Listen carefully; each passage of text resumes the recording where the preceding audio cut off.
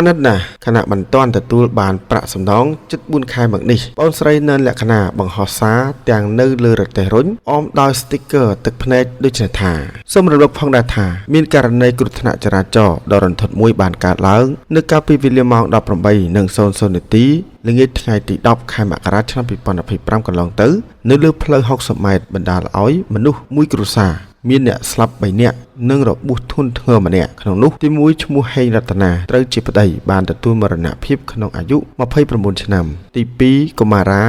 សុភរាជត្រូវជាកូនបានទទួលមរណភាពក្នុងអាយុ3ឆ្នាំនិងទី3កុមារីសុភយុរាត្រូវជាកូនបានទទួលមរណភាពក្នុងអាយុជាង1ឆ្នាំចំណែកទី4ឈ្មោះណឺនលក្ខណាត្រូវជាភរិយាអាយុ23ឆ្នាំរងរបួសធ្ងន់ធ្ងរយ៉ាងណាសំណុំរឿងគ្រោះថ្នាក់ចរាចរណ៍នេះក្រុមគ្រួសារជនរងគ្រោះនៅមិនទាន់ទទួលបានយុត្តិធម៌នៅឡើយទេខណៈមុននេះដែរប្អូនស្រីណឺនលក្ខណាបានបង្ហោះសាររៀបរាប់ឲ្យបងប្អូនមហាជនបានដឹងដោយប្អូនស្រីបានរៀបរាប់ទាំងទឹកភ្នែកថាប្តីហើយនឹងកូនជាទីស្រឡាញ់របស់ខ្ញុំបានលាចាកលោកនេះទៅជិត3ខែហើយចាប់តាំងពីថ្ងៃ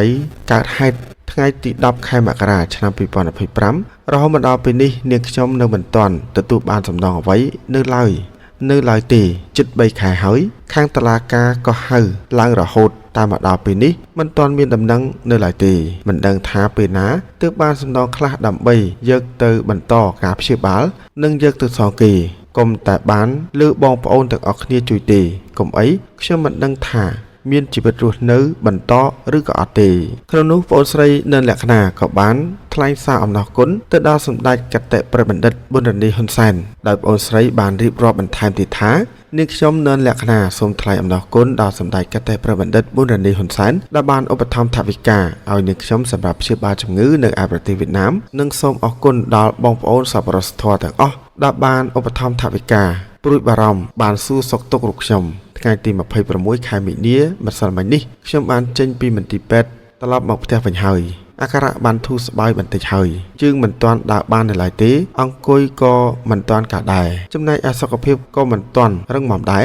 ចេញពីពេទ្យមកផ្ទះរយៈពេល14ថ្ងៃទៀតលោកគ្រូពេទ្យណាត់ឲ្យទៅជួបពិនិត្យមើលម្ដងទៀត